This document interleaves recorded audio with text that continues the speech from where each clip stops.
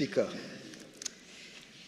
Mr. Deputy Speaker, it is usual in these debates to comment on the persons who would have come just before you in terms of their contribution.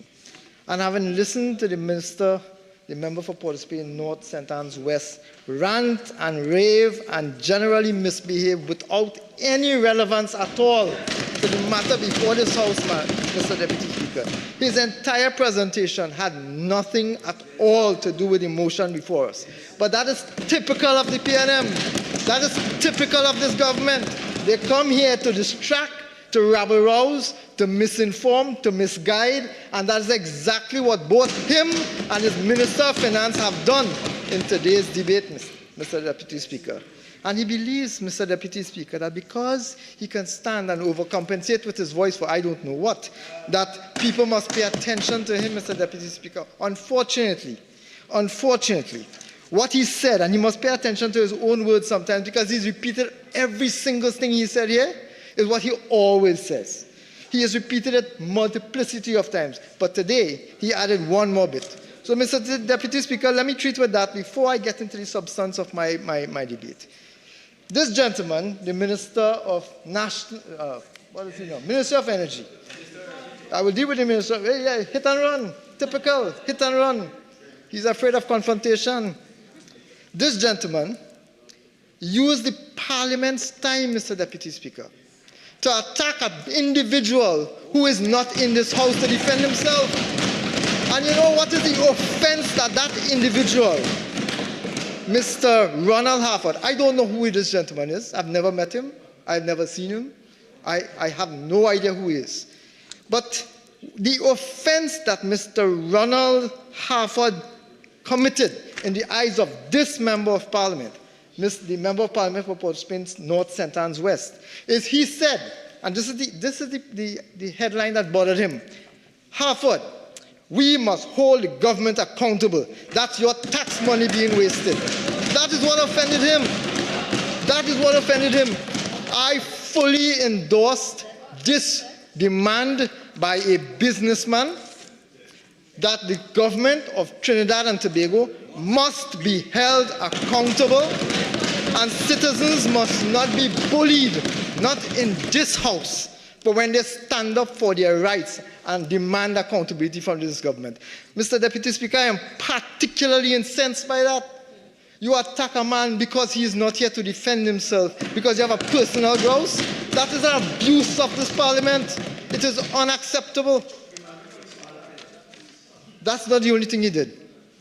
He spent most of his presentation blabbering about all the things that he has done. Half of it, I will treat with the rest of it just now. The first half of it was about 2010 to 2015, and all these things that he said we borrowed and did.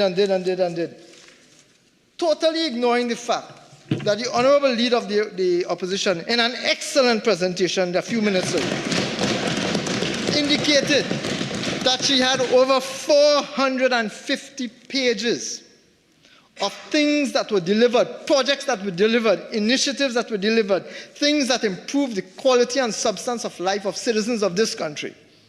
Totally oblivious to that, because he wanted to make a different point. Totally oblivious, cast aspersions on all these wonderful projects that were done. It's not that you can't read it. The truth offends these guys. No, hold on. I was wondering if to let it pass, but seeing that you repeated it, member for Naparima, let's retract the statement. Thank you. Proceed. So it is not that the minister... I mentioned earlier, member for St. Augustine, you may make comments, it reaches the chair. Trust me, it reaches the chair. Proceed. Oropouche West, member. Thank you. So it is not that the minister does not know. It is not that he is blissfully ignorant of the facts that 2010 to 2015 is the best period of governance that this country has ever seen. The facts are there. The facts are there. And that is what offends him too. Because unlike under this PNM administration, when we borrowed money, we were able to provide evidence. You could have touched it, You could have seen it. It was there for all. And the one or two occasions when they dared to challenge that. I remember former Minister Tim Gopi Singh, when they challenged, they accused the opposition then of misinforming, of saying that there were no schools. The minister came to this house, this honorable house, and provided item by item, name by name of schools and EC centers constructed. But so it is mischief. It is mischief to come here to misrepresent the truth. Mischief. Mr. Deputy Speaker, but that's his first part of his presentation.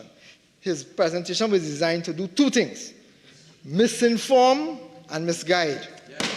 But the one thing he did that he talked of, the one truth that he would have said in his entire, 45 minutes that he ranted and raved about, the one truth is that this minister and his prime minister have been working assiduously in terms of the energy sector. They have been running down gas deals here. They have been holding the multinationals over the barrel, ensuring and insisting that higher rates are received from them.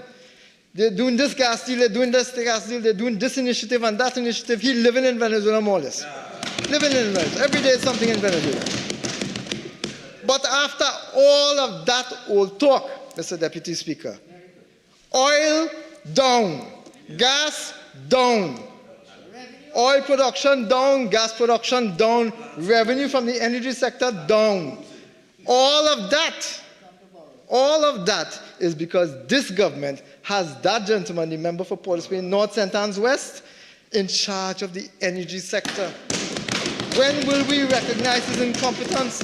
One last thing before I get caught up too much in this gentleman's misinformation. Something I need to clear up. Again, member for Couva North. Please.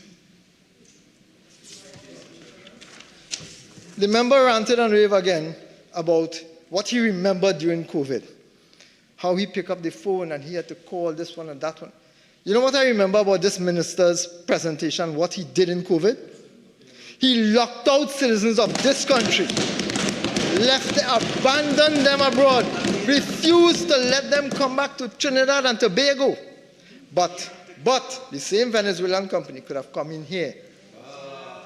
Citizens had no value for them then and have no value for them now.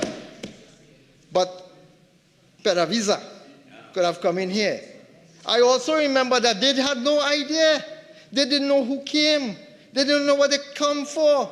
And when the facts presented itself, they came there for COVID guidance. They came to talk about COVID. All of a sudden, they come to talk. There are other allegations, about oil transactions, etc., other allegations. But they insisted that senior executives from an oil company in Venezuela came to Trinidad and Tobago, a sanctioned oil company, on a sanctioned plane, sanctioned personnel, came to Trinidad and Tobago to discuss COVID with this government, while citizens of this country suffered, starving, begging on the streets in New York City and Canada, all over the world. That is what I remember with this Minister of National Security then. So he was a failure in national security. He was a failure in national security, and they come here now to bury the energy sector, which is exactly what he has done for the last 9 years. 9 years. They have buried it. There are other issues, Mr. Deputy Speaker. I may end up using all my time to rebut. I also listed, that's another thing. All of this talk he talk about revenue, doing this, and was able to extract from the multinationals billions and millions of dollars. But they come in today, with all these wonderful things happening, they come in today to ask to borrow $10 billion more. It is, Mr. Deputy Speaker, it is really important sometimes to pay attention to the members opposite. My leader, the member for Siparia, indicated clearly when she spoke that we could not trust what this government is saying. That is a fact. And let me give you an example.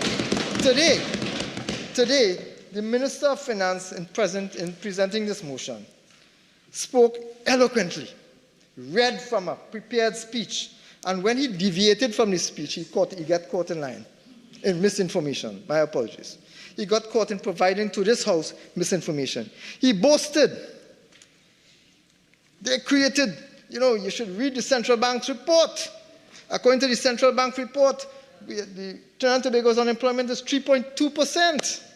3.2%. And according to him, he has created thousands of jobs. Thousands. Here are the facts from the very same Central Bank data center that he should pay attention to when he's coming here with muddied hands to misrepresent the truth. Central Bank data, September 2015, number of persons employed, 642,100.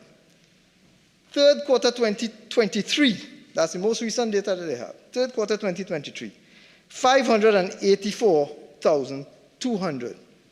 That's 508. Well, I don't know where this Minister of Finance, and maybe that will explain why we're in the crisis we are in now. According to that Minister of Finance, 584,200 is more than 642,100. His maths is not just mathsing, His maths not mathsing, it's completely wrong. But I believe, Honorable Sir, I believe that the Minister is very well aware of the truth of the figures. And the truth, as my leader said, the truth is great as the truth, and it will always prevail.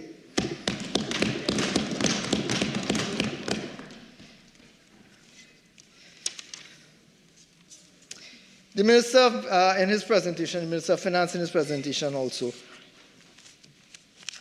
spent a lot of time in trying to treat, again, with what happened in 2010.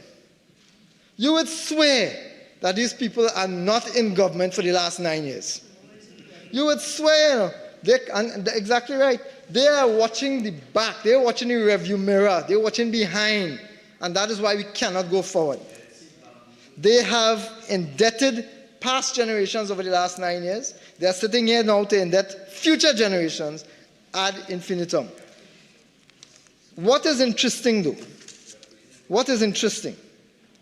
is that they come to this House today to ask for $10 billion more.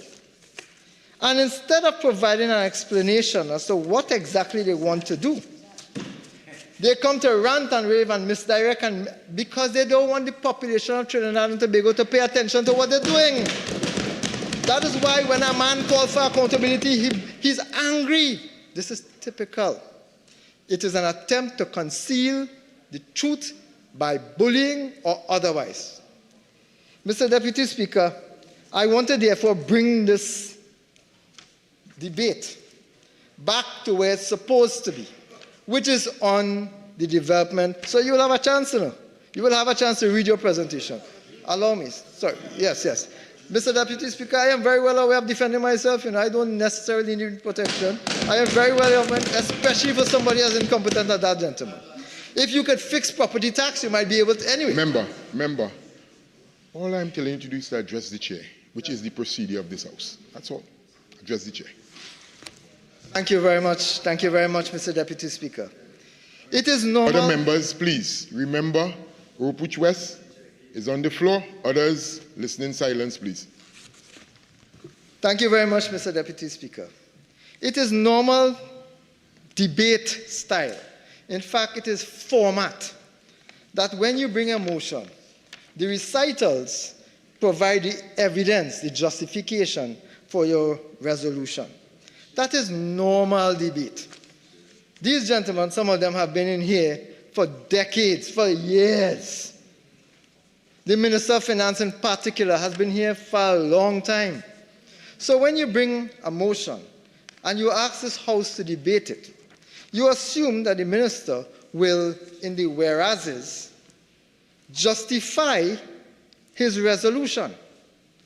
And it is important, Mr. Deputy Speaker, because I think the population of Trinidad and Tobago, when they hear about finance, usually get turned off. In this case, when this government borrows money, it is not members opposite that pay it back. It is future generations down the road. And it is taxpayers today, based on the minister's presentation on another matter earlier today, which we'll discuss on Monday. It is taxpayers today that will have to fund these kinds of borrowings that they are doing now. It is taxpayers today, and they will do that. The taxpayers will have to fund it by having to pay increased taxes, which, as far as I'm concerned, and if I have the opportunity, I will be able to prove, is not necessary right now because of this government's incompetence. We have been put in a financially difficult situation. I move back to what I was saying, Mr. Deputy Speaker. The recitals, whereas this, be it resolved. This recital is very important, and I quote, "And whereas it is necessary for the government to borrow further sums of money for the purposes stated in the said section," and that is to justify section 3.1 of the Development Loans Act. The minister's recital, whereas it is necessary for the government to borrow the further sums, the $10 billion. I listened to the minister with great intent, with great interest, because I too am very concerned when this government borrows money, because they never explain why. They borrow money and they spend and never explain what is done with the money. The leader of the opposition, honorable leader of the opposition, has asked for government to explain how they have spent the billions, and it's $10 billion, based on a document that was laid in this house, not by me, but by those on the opposite side. $10 billion spent on COVID. Where that $10 billion was spent, we are still awaiting response. But in this instance, they have come here now for $10 billion, asking for $10 billion additional dollars, and not a single attempt, not a single specific from the Minister of Finance to tell us this is what we are going to do with what we want to borrow. Not one instance. Mr. Deputy Speaker, the reason I raise that is because this is the fourth time. We are here today not because we want to discuss the crisis of crime in this country. That's not why they brought us here today. We are not here to discuss the level of poverty. We are not here to discuss the increasing food prices. We are here to discuss we are not here to discuss the crises in national security agencies in this country that are responsible for protecting citizens. We are here to discuss the government's expenditure, their borrowing pattern. They are borrowing. So at the very least, this minister should have come and said, this is how we spent the money that we borrowed before in the last 8 years, 9 years. This is how we spent the money. And this is what we are going to do with the additional money. For a reminder, Mr. Deputy Speaker, in 2015, they came and raised, I will only speak about the Development Loans Act. I will only speak about that because there were other acts on which the ceilings that they raised. Development Loans Act. In 2015, they raised the ceiling by $15 billion. Spent, maxed out, finished. $15 billion finished. Not an explanation of how that $15 billion was spent. Not telling us, well, it was spent on a school because we know they didn't build any. They didn't even complete the ones that are there now. There are schools in this country started, and at 90% completion that were abandoned by this government. So they borrowed $15 billion in 2015, spent it out, came back in 2020. Borrowed another $10 billion, spent it out, came back in 2021. Borrowed another $10 billion, spent it out, coming back here today. Coming back here today to ask for another $10 billion. This government simply lacks absolute foresight. But worse than that, I started by saying that they are afraid of accountability. They come here today and will not provide a single shred of evidence, a single indication to say this is how we spent your money. Billions of dollars spent under this act, and you're coming now to ask for more? If this were a bank, you would have to come and justify your expenditure, not just how you're going to pay it back, because that's a separate issue. That's a separate issue. Not just how you're going to pay it back. You have to explain what you want the money for, what you're going to do with it, and how you're going to pay it back. Nothing from this government. Not what they want the money for, not how they're going to spend it at all, not how they're going to pay it back, because this government is not interested in paying back any loans. None. They will keep it, kicking it down, kicking the can down the road, so that we have intergenerational debt growing and growing and growing, because they simply do not have to pay it. It doesn't come from their pocket. The day it starts to come from their pockets, they'll pay a lot more attention to it, Mr. Deputy Speaker. I want to quote from the Hansard of the 2015 debate under this, on the same development loans amendment, when they came before at that time to increase the ceilings on the 3 pieces of legislation. What year, member? This would be 2015, honorable member. It was December 2015. And I quote the Minister of Finance: "Our government intends to conduct a borrowing program in a highly efficient manner, a transparent manner, managing the country's revenues and expenditures so as to minimize the government's borrowing for budgetary support and providing government guarantees to state enterprises only for those projects with the maximum potential to reap maximum economic, financial, and social benefits for Trinidad and Tobago." That is what he said in 2015 when he came and asked for $15 billion under this head.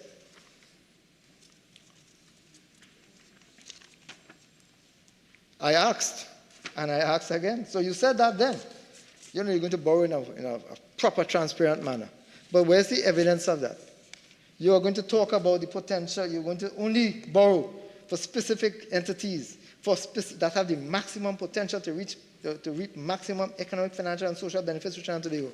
But nothing that has been said from 2015 to now, including today, has provided one iota of evidence that any money that was borrowed here, any money that was borrowed under this head, was spent for the development of Trinidad and Tobago. No evidence at all, and this will continue, because all that they are doing on those members on the opposite side is campaigning. And Mr. Deputy Speaker, I am firmly of the view that this request to grant government access to an additional $10 billion at this time, when the minister, both ministers who just spoke, was boasting about the country is doing so well, the economy is doing so well, constantly, and yet come here to ask us for borrowing. The fact is that this is for election campaigning and nothing else. And that is why they cannot identify a single project that will be used for this money. In 2015 as well, this minister promised, the Minister of Finance, promised, and I quote again, same Hansard, "I am giving an undertaking now because I think it is important and everybody knows the state of debt in our country. I cannot tell you when. I cannot say I will do it every 6 months. I don't want to make that commitment now, but on a regular basis, every year there will be reports in Parliament, reports to the Parliament on the state of the country's debt."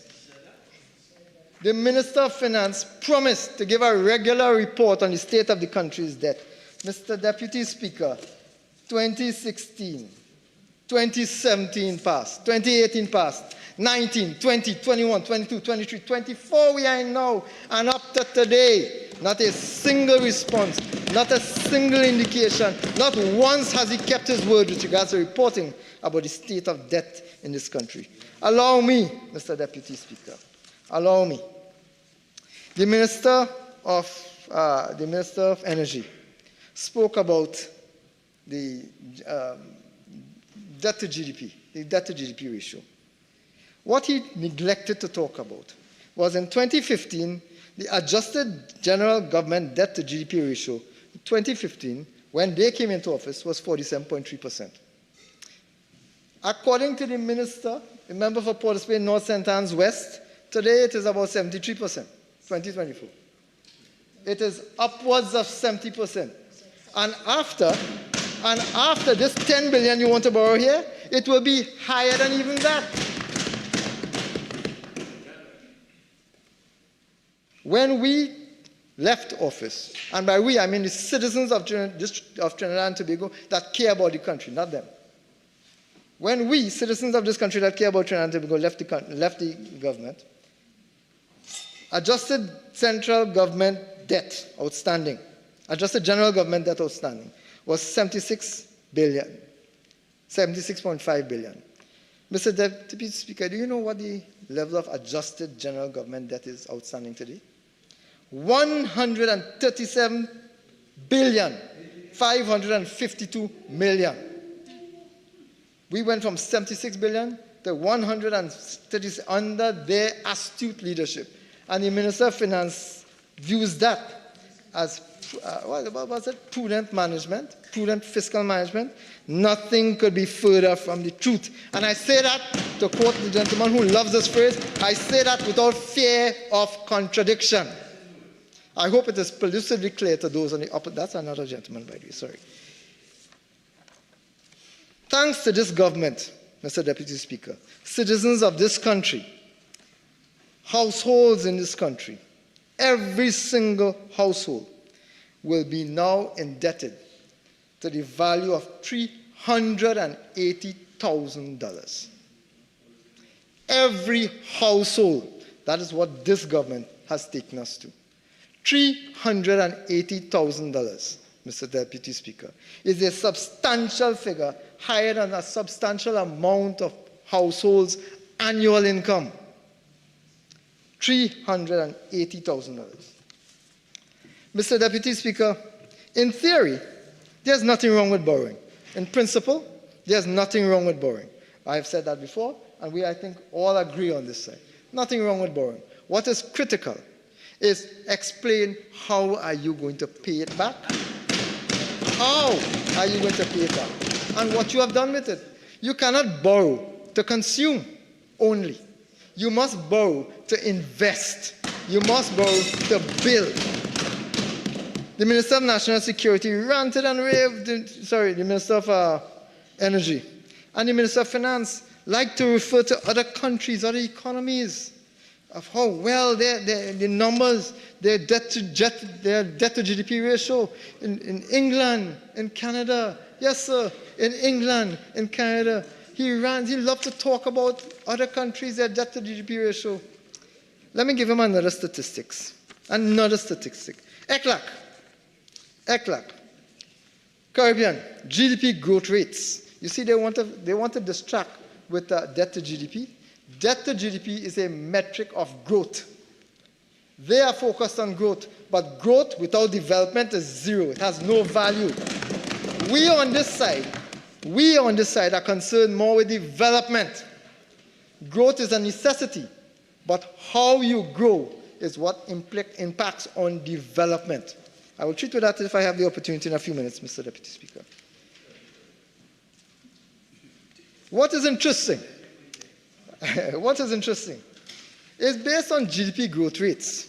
Would you believe the Minister of Finance was boasting about Trinidad and Tobago is growing? IMF have said the economy is finally. What the IMF said, quite simply, is that for the first time in a decade, for the first time since they have been in office, for the first time, there's growth.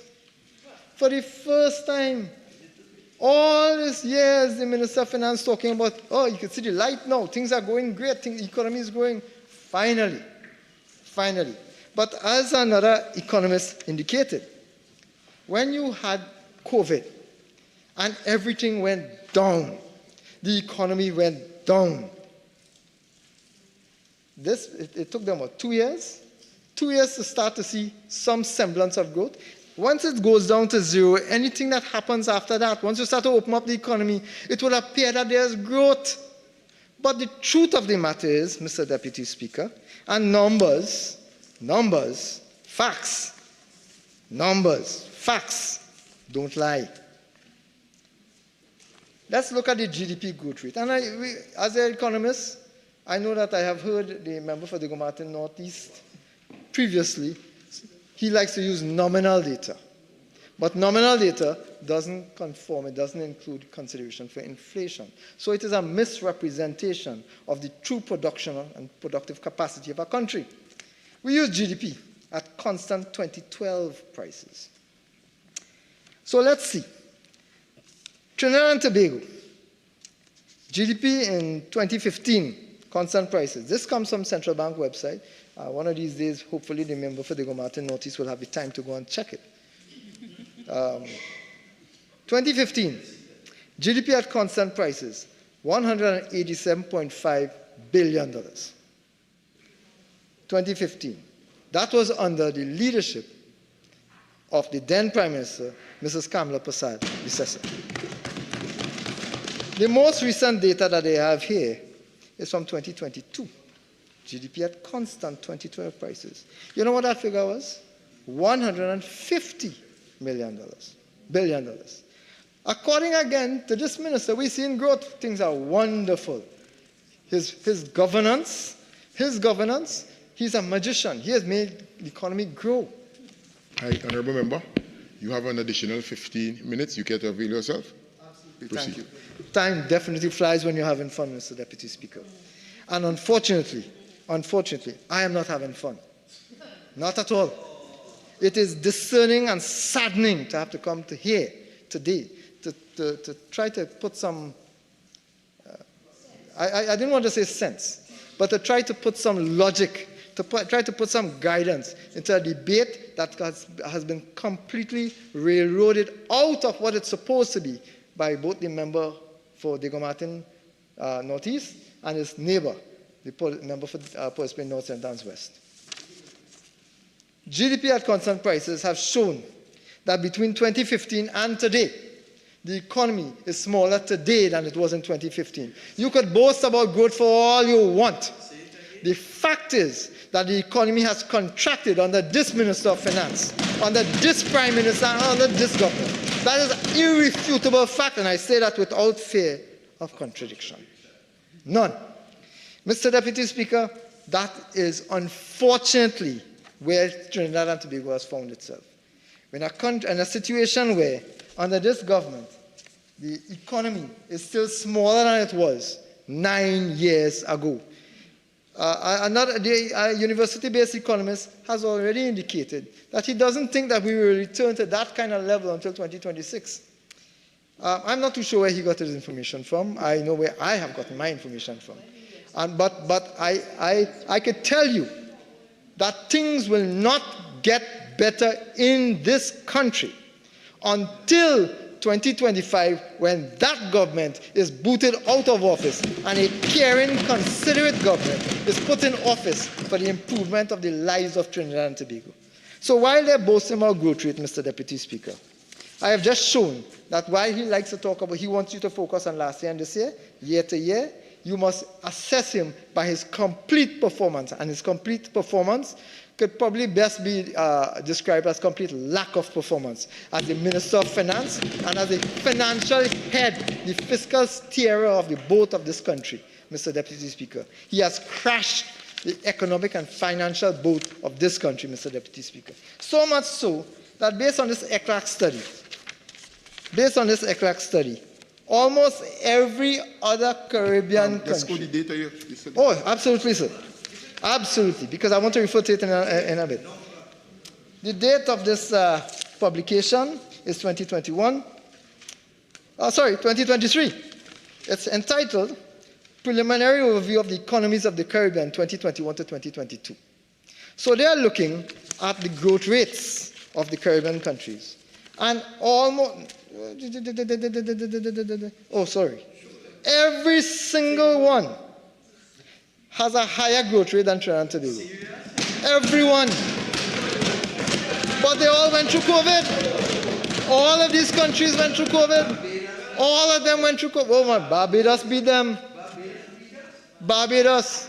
Mr. Deputy Speaker, I repeat that I feel no sense of pride in saying these things. As a matter of fact, I think it's an indictment against the population of this country, and that is unfortunate.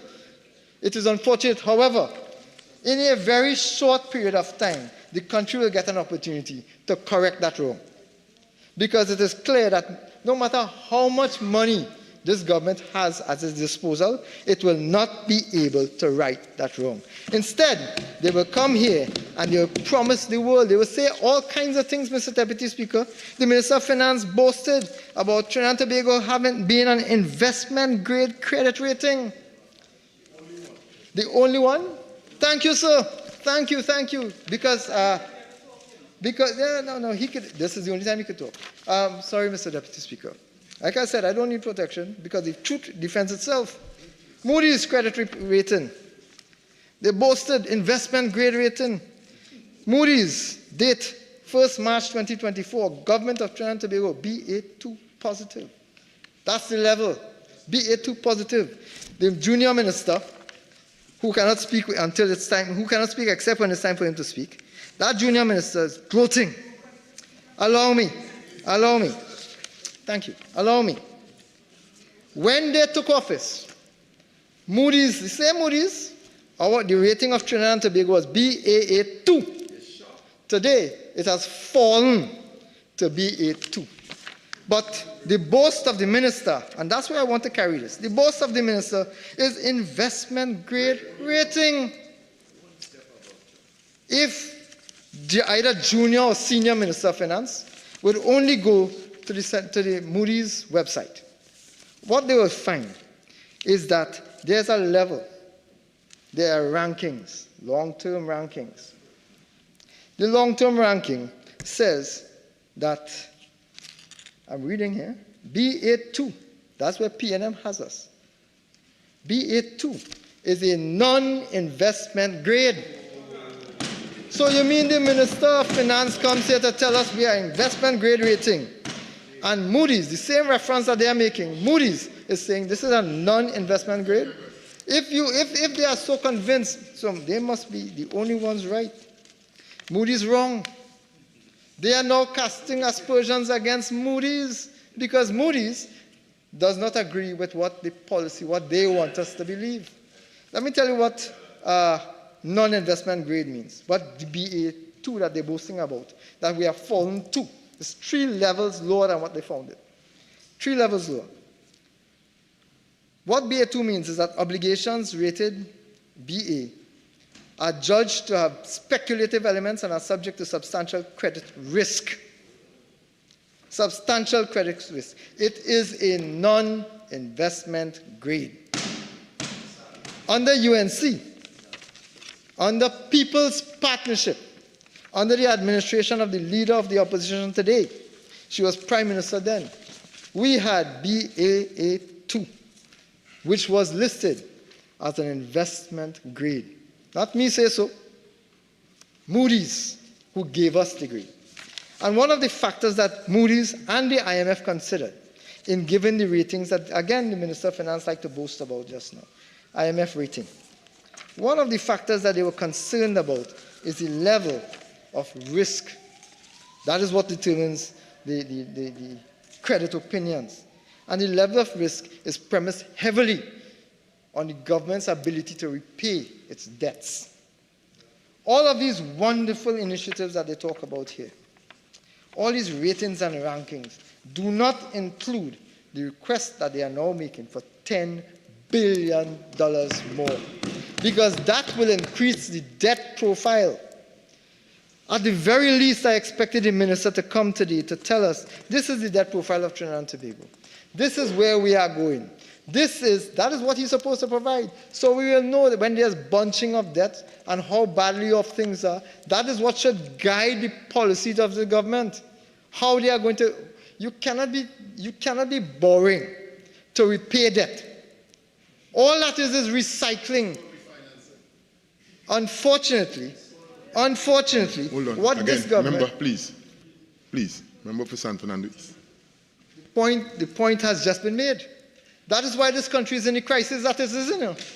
That is why the government has maxed out the credit card with regards to loans, and I have to come back here to borrow again because we have 2 incompetents in the Ministry of Finance. Mr. Deputy Speaker, allow me because I know I will finish this. The time really runs, but I don't want it to go without having the opportunity to provide some alternatives. I don't want it to go without having that opportunity. Because it is my view that we should not have had to get to this point today, or in 2021, or in 2020. We should not have had to get to this point where we have to go and borrow, locally or internationally, this kind of money. So it is one thing to have to borrow. It's another thing to have been put into this position. I said it before, there's a level of incompetence in the Ministry of Finance, not in the staff, but by the leaders, the two ministers in the Ministry of Finance. I think perhaps they need 3 or 4 or 5 to make some sense, because 5 of them on that side will probably make one fair minister. But it will probably take all of them. Anyway, I said that I wouldn't want to leave without having explained, Mr. Deputy Speaker, that we are in the crisis that we are in now, where we are forced to... Oh, I have time. Thank you. We are in the crisis that we are in today because of their negligence. It is bordering on criminal negligence, Mr. Deputy Speaker. Criminal negligence. And I hope any minister that gets up to speak afterwards, instead of ranting and raving and providing misinformation and misdirection, instead of speaking about things that have nothing to do with what we are here to deal with today, bring facts. Because here's a fact. ECLAC, again, I referred to this in a previous debate, but I think it is very relevant here today. If this government had taken any action to put relevant legislation in place to treat with some of the issues the member for Port of Spain, North St. Anne's West raised in his presentation, the need to get more from the multinationals. You don't need to hold anybody over no barrel, You need to pass the legislation, the BEPS legislation, base erosion and profit shifting legislation. You needed to do that years ago. Because according to what was published by ECLAC, and I will give you the date, sir, it was copyrighted in 2021, Navigating Transfer Pricing Risk in the Oil and Gas Sector. It is on page 42 into 43. Page 42 into 43. What is said then is an assessment was done. And this information, by the way, this was since 2021. 22 passed, 23 passed, and now they come with BEPS. According to this legislation, if this government had put in place the legislation to ensure tax compliance by the multinationals since 2018, this is not 2018, sir. We are 6 years ago. They would have been able to save or earn taxation to the tune of $2.6 billion US. 2.6. Let's say that rounds off to about what, 6 to 12, 13, what, but 2.6. So that's 17 billion TT dollars. You're coming to borrow here 10. In 1 year's time, in 1 year's time, they would have earned for the treasury of this country, for the benefit of the population of this country, in 2018, 17 to 18 billion dollars. Similarly for 2019, 2020, 21, 22, 23, and today, 24. Wait, just about under 2 minutes. Thank you very much, Mr. Deputy Speaker. Point being, Mr. Deputy Speaker, we didn't need to be here. We are here today because of the incompetence of that government. And instead of fixing the matter, instead of coming up with an integrated development strategy where there's some form of productive capacity being built, some sort of an initiative so that they could create an investment climate where people want to invest. Instead, we have negative investment. We have outflows of investment rather than inflows. Instead of doing all of that, I repeat, an integrated development strategy. More to come on that. Pay attention. More to come on that. Instead of doing that, instead of raising the capacity utilization rate, we have 1/3 of the capacity in this country underutilized because simply this government has not created the environment to maximize it. Instead of doing all of that, they simply refuse. They come to the population to convince them that we're saving money because we're borrowing at a lower interest rate. We didn't need to borrow.